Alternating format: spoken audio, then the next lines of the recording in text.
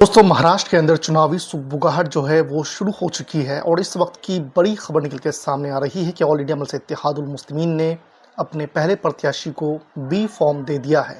उसके अलावा खबर ये भी है कि मजलिस इत्तेहादुल मुस्लिमीन के पूर्व अध्यक्ष जो है मुंबई के, वो फिर से पार्टी ज्वाइन कर रहे हैं। वहीं तीसरी बड़ी खबर यह है कि MIM के पूर्व सांसद मौजूदा तौर पे जो है अभी महाराष्ट्र के अध्यक्ष इम्तियाज़ जलील को हरी झंडी मिल गई है क्या नांदेड़ से लोकसभा चुनाव जो होने वाले उपचुनाव उसमें भाग लेने की, यानी कि उसमें प्रत्याशी बनने की क्या असदुद्दीन ओवैसी साहब ने हरी झंडी दिखा दिया है क्या? इन तमाम खबरों पे विस्तार से बात करेंगे। दोस्तों मेरा नाम है रज़ी अहमद और आप देख रहे हैं योर वॉइस इंडिया। जी हाँ दोस्तों, पहली बड़ी खबर में आपको हम बता दें, ये स्क्रीन पे रहा आपका। स्क्रीन पे बड़ी खबर ये है कि खुद जो है इस बात की जानकारी खुद जो है ऑल इंडिया मजलिस इत्तेहादुल मुस्लिमीन के ऑफिशियल पेज से साझा किया गया। आपको बता दें कि अकबरुद्दीन ओवैसी साहब से इम्तियाज़ जलील साहब हुए या फिर जो फैयाज़ अहमद साहब है उन्होंने मुलाकात किया। मुलाकात करने के बाद जो है एक ऑफिशियल ट्वीट सामने आता है, उसमें क्या लिखा रहता है आपको बताते हैं और आपकी स्क्रीन पे भी चल रहा होगा। लिखा हुआ है कि अल्हम्दुलिल्लाह MIM के फ्लोर लीडर अकबरुद्दीन ओवैसी और महाराष्ट्र अध्यक्ष इम्तियाज़ जलील की मौजूदगी में AIMIM मुंबई के पूर्व अध्यक्ष और बाइकुल्ला के पूर्व विधायक फैयाज़ अहमद ने फिर से MIM पार्टी का दामन थाम लिया है। इस मौके पर MIM मलिकपेट विधायक अहमद बिन अब्दुल्लाह बलाला भी मौजूद थे। आगे लिखा हुआ है कि इंशाल्लाह आने वाले महाराष्ट्र विधानसभा चुनाव में MIM और मजबूत होगी, साथ ही बेहतरीन प्रदर्शन भी करेगी। तो ऐसा पोस्ट लिखा हुआ है, स्क्रीन पर चल रहा होगा और आप देख रहे होंगे। तो ये पहली बड़ी खबर थी कि फैयाज़ अहमद फिर से घर वापसी कर रहे हैं और जो है वो पूर्व विधायक भी रहे हैं बैकुल्ला से। तो देखने वाली दिलचस्प बात ये रहेगी क्या उन्हें टिकट मिल रहा है बैकुल्ला से। अगर उन्हें टिकट मिल रहा है वहाँ से तो फिर वारिस पठान किस विधानसभा सीट से चुनाव लड़ेंगे, ये भी खुलासा होने वाला है। तो वहीं दूसरी बड़ी खबर में आपको बता दें कि MIM पार्टी ने मजलिस इत्तेहादुल मुस्लिमीन ने पहले कैंडिडेट को जो है बी फॉर्म अलॉट कर दिया है। उसका भी आप स्क्रीन में देख रहे होंगे और ऑफिशियल जानकारी ये है कि MIM के अध्यक्ष असदुद्दीन ओवैसी ने पार्टी मुख्यालय दारुसलाम हैदराबाद में धुलिया शहर से MIM उम्मीदवार और धुलिया विधानसभा क्षेत्र से मौजूदा आमदार यानी कि मौजूदा विधायक फारूक शाह को बी फॉर्म सौंप दिया है। इस मौके पर MIM धुलिया के कार्यकर्ता भी मौजूद थे। तो खबर बड़ी ये है कि MIM पार्टी ने जो है धुलिया शहर के जो विधायक वर्तमान में फारूक शाह को बी फॉर्म सौंप दिया है और तमाम तस्वीर जो है आपकी स्क्रीन में चल रहा होगा।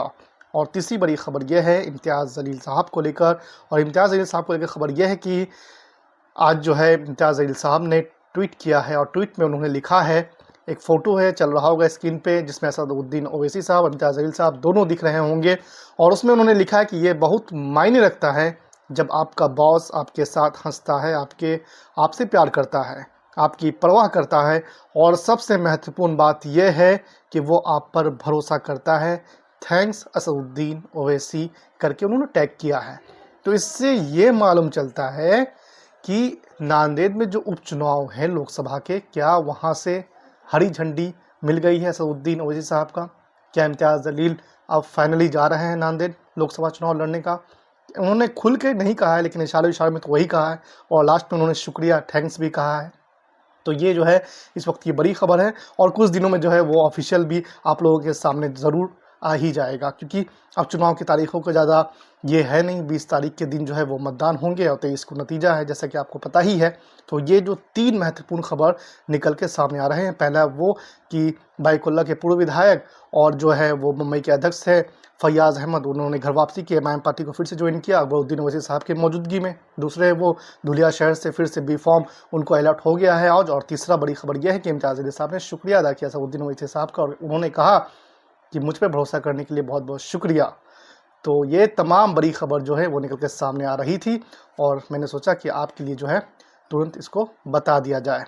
तो इस बारे में आपकी क्या राय है, अपनी राय कमेंट बॉक्स में ज़रूर रखें। मेंबर ऑफ पार्लियामेंट पूरे महाराष्ट्र से किसी पार्टी ने कोई टिकट ही नहीं दिया।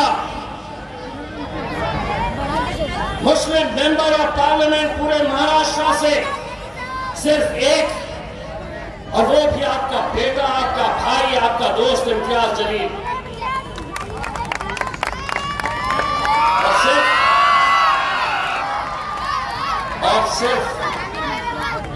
महाराष्ट्र ही नहीं, मेरे नौजवानों साथियों, ये हमारे लिए शर्म की बात है, ये हमारे लिए शर्म की बात है, हमारी सियासत करने वाले लोगों के लिए शर्म की बात है कि सिर्फ महाराष्ट्र में एक हमारे पड़ोसी ऐसे 7 ऐसे स्टेट्स है कि जहां पे एक भी आपका नुमाइंदा लोकसभा के अंदर आपकी नुमाइंदगी करने के लिए नहीं है। कर्नाटका में 0 है, राजस्थान में 0 है, मध्य प्रदेश में 0 है, झारखंड में 0 है, उत्तराखंड में 0 है, दिल्ली में 0 है। और हम कह रहे हैं ये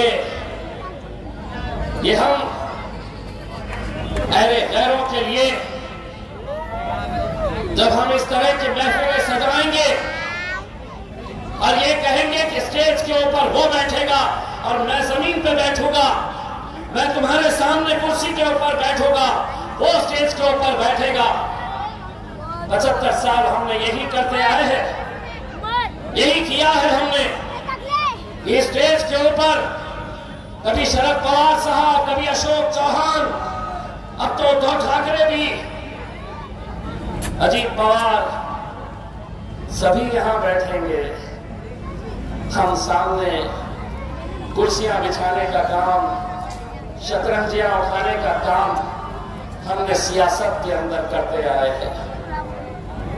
अब हमने उन्हें एक पैगाम दिया है और मैंने तो बड़े खुले अल्फाजों में उनको बता दिया हूं कि अब अगर तुम स्टेज के ऊपर बैठेगे तो इम्तियाज जलील नीचे नहीं बैठेगा, तुम्हारे बाजू बैठेगा।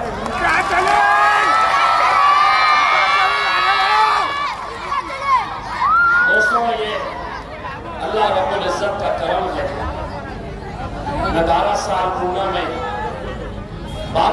पूना में एक टेलीविजन चैनल के लिए न्यूज रिपोर्टर की हैसियत से काम करता था।